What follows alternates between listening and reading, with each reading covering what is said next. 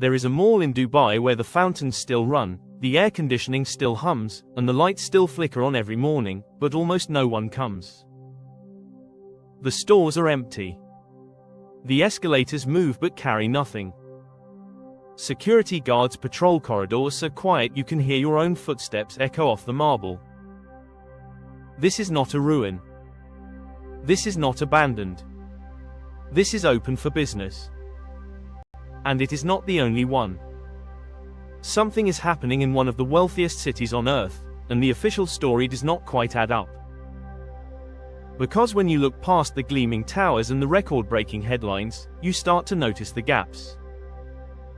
The half-filled hotels. The airports that were built to handle 60 million passengers and currently handle a fraction of that. The residential towers where 80% of the units sit dark after midnight. The question is not whether these things exist, they do. The question is what they mean. And the answer, when you actually find it, is far more complicated than anything the tourism brochures will ever tell you. Dubai has spent 50 years building a city for the future. But what if the future it was building for never arrived? To understand what is happening right now, you have to go back to the beginning. Not to the oil wells or the desert heat or the founding of the Emirates, you have to go back to a decision made by one man in the early 1990s that changed the trajectory of the entire Arabian Peninsula. Sheikh Mohammed bin Rashid Al Maktoum looked at Abu Dhabi, which had oil reserves that could last generations, and then looked at Dubai, which was already running out. And instead of panic, he had a plan. Dubai would not survive on oil. Dubai would survive on ambition. It would become a global crossroads, a city so perfectly positioned between East and West, so aggressively built, so deliberately spectacular, that the world would have no choice but to come to it. And for a while, it worked. It worked beyond anything anyone predicted. In the early 2000s, Dubai was growing so fast that 25% of the world's construction cranes were reportedly operating within its borders. Entire islands were being sculpted from the seabed.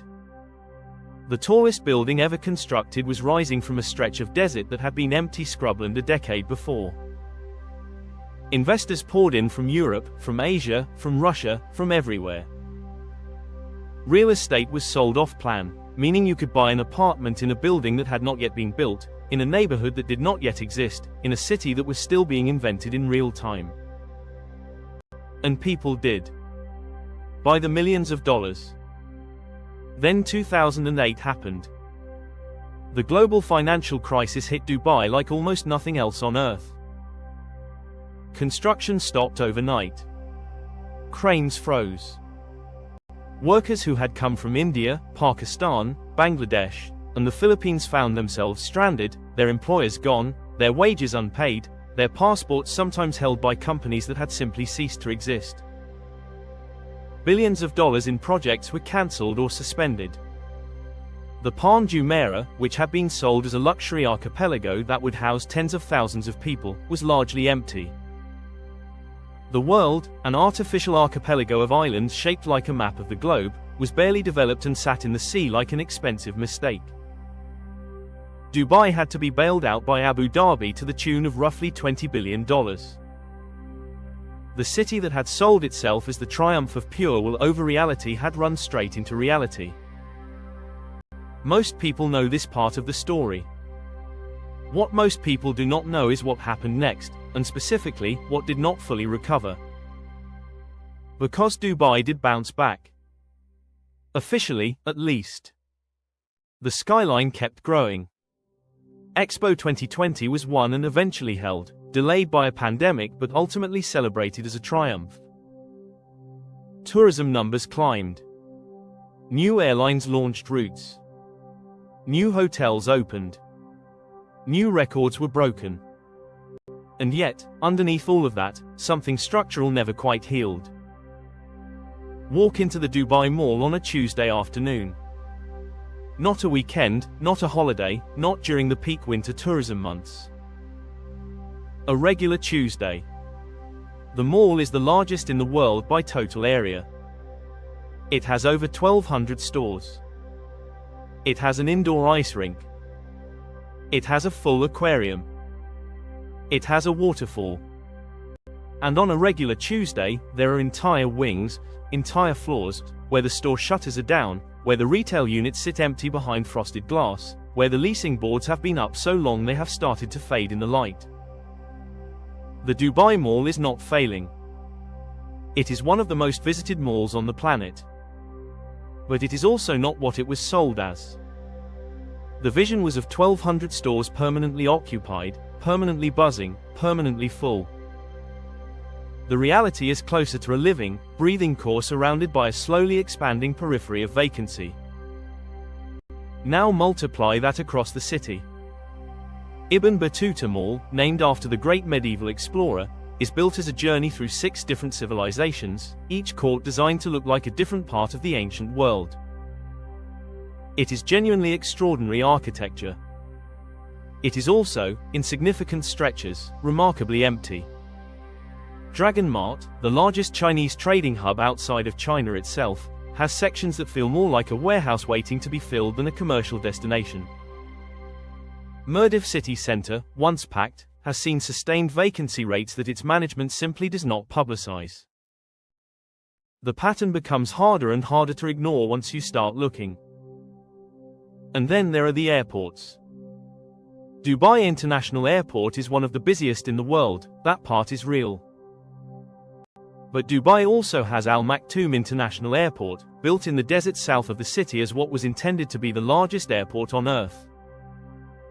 When fully completed, it was designed to handle 160 million passengers a year, more than double the current capacity of Dubai International, more than any airport anywhere has ever handled. Construction began. Terminals rose. Runways were laid. And then the project stalled. For years, Al Maktoum has operated at a fraction of its intended capacity, handling cargo and a thin trickle of passenger flights while the rest of it sits, waiting, in the sand. To put that in perspective, 160 million passengers a year is roughly the entire current population of Russia moving through a single airport every 12 months. Dubai does not have anything close to that volume. It may never have it. And yet the infrastructure is there, partially built, partially staffed, partially operational, a monument to a projection of growth that has not materialized on the timeline that was promised. This is where the story gets genuinely strange. Because Dubai is not poor. Dubai is not failing in any conventional sense. Its government has money. Its sovereign wealth funds are among the largest on Earth. It continues to build, continues to invest, continues to attract business. So the question is not why Dubai ran out of money. The question is something more uncomfortable. The question is whether Dubai, in its race to build the city of the future, built for a population that was always more projection than reality. Here is a number that very few people discuss openly. Dubai's population is somewhere around 3.5 million people. But approximately 88 to 90% of those people are expatriates, foreign workers, professionals, and their families who are in Dubai on work visas that are tied to their employment. They are not citizens. They cannot become citizens through naturalization in any straightforward way. They have no political voice. And when conditions change, when companies downsize, when industries contract, when another country offers better terms, they leave. Quickly. With almost nothing tying them to the city beyond a job that may no longer exist. In 2020, when the pandemic hit and international travel collapsed, an estimated 10% of Dubai's expatriate population left within months. Just gone. The residential towers that were already running at partial occupancy got quieter. The malls that were already patchy got emptier. The roads that were built for a city of 5 or 6 million people carried far less traffic. And the lights in those towers, the ones that glow against the desert sky in every promotional photograph of Dubai, a significant number of them simply stayed off. Real estate data from that period, and in the years since, tells a story that the official tourism numbers do not. Vacancy rates in large sections of residential Dubai have been running at levels that would be considered a serious crisis in almost any other global city. Entire developments, master-planned communities with their own schools and supermarkets and parks, sit at occupancy levels well below what the developers projected when they sold the units off-plan years before. The investors who bought those units are still waiting. Some of them have been waiting for over a decade. Now here is where it gets even more layered. Because there is an argument, a serious one, made by serious economists, that this is all by design. Not the vacancy. Not the ghost malls or the half-empty towers. But the model itself. Dubai was never built to be a normal city with a stable, permanent population that grows organically over generations. It was built as a logistics hub, a financial center, a luxury destination, and a global showcase. The instability in its population is a feature of that model, not a bug. Labor comes in when it is needed, leaves when it is not. Capital flows through without anchoring permanently. The city is, in this reading, less like a metropolis and more like an extremely sophisticated piece of infrastructure, a port, essentially, scaled to the size of a nation. And by that measure, it has been extraordinarily successful. But infrastructure has vulnerabilities that cities do not always share. When the flows it was built to capture start moving elsewhere, infrastructure does not adapt the way organic cities do. It just sits there, waiting. The flows are changing. Saudi Arabia, which for decades maintained a social and economic structure that effectively pushed its wealthiest citizens and its most ambitious businesses toward Dubai, is now building its own alternatives with a speed and scale of investment that is genuinely staggering. Neom, the megacity being constructed in the desert of northwest Saudi Arabia, is only the most famous of dozens of projects currently underway. Riyadh is aggressively positioning itself as a regional business hub, offering incentives, including a policy that international companies wanting government contracts must headquarter their regional offices in Saudi Arabia rather than Dubai. Hundreds of multinationals have already moved or are in the process of moving. The flow of business talent, corporate headquarters, and high net worth individuals that once went almost automatically to Dubai is now facing real competition for the first time in 30 years. This matters more than almost any other single factor. Dubai's model depends on being the obvious choice for the region. If it becomes one option among several comparable options, the math changes fundamentally. The malls need foot traffic. The towers need residents. The airports need passengers. If even a meaningful fraction of the professional class that has historically gravitated to Dubai now gravitates somewhere else, the vacancy rates that already exist do not improve, they expand. And then there is climate. This is the part that almost no one in Dubai talks about publicly, but that researchers and urban planners think about constantly. Dubai in summer is already at the edge of human tolerance. Wet bulb temperatures, the measurement that accounts for both heat and humidity, have been recorded in the Gulf region at levels that, if sustained for even a few hours, are lethal to humans without air conditioning or shade.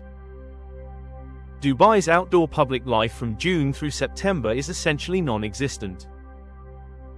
The malls are not just shopping destinations, they are survival infrastructure. They are where people go because outside is not survivable for extended periods. Climate projections for the Gulf region over the coming decades suggest this problem gets significantly worse, not better. By the middle of this century, under most mainstream climate models, the Gulf will experience wet bulb temperatures incompatible with outdoor human activity for stretches of weeks rather than days. A city that already struggles to activate its outdoor spaces during summer months will struggle even more. The vision of Dubai as a vibrant, walkable, human-scaled global city, a vision that was always somewhat at odds with the built environment, becomes progressively harder to sustain as temperatures rise. The irony is biting. Dubai has spent billions on infrastructure. On towers and malls and highways and airports. But it cannot air condition the sky. And the sky is warming. So where does that leave us? Dubai is not collapsing. Let that be absolutely clear. The wealth is real.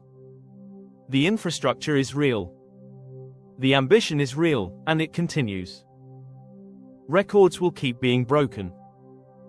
Tourism will keep arriving in winter months when the city is genuinely spectacular, when the desert light turns golden and the water is perfect and the skyline glitters across the creek at night like something from a science fiction film. The Dubai of the promotional material exists. It is just not the whole story. The whole story is a city that was built at a speed and scale that outrun its own population. That constructed capacity for a future that has not fully arrived and may not arrive on the terms it was imagined. That depends on a workforce it cannot fully retain and investors it cannot fully protect from the volatility of a model built on pure momentum. The ghost malls are not proof that Dubai is dying. They are proof that Dubai was built for a version of itself that was always partly aspirational. The empty corridors and the unoccupied towers and the airport waiting in the sand for 160 million passengers, these are not failures. They are the physical residue of a bet. A bet made by a city that believed if you built it, the world would come. Some of the world came. Some of it is still coming. But some of it is now looking at Riyadh, at Abu Dhabi, at Singapore, at other cities making their own bets, offering their own incentives, building their own gleaming corridors. And the fountains in that quiet mall are still running. The escalators are still moving. The lights are still on. Waiting, as Dubai has always waited, for the future to catch up with the city that built itself in its image.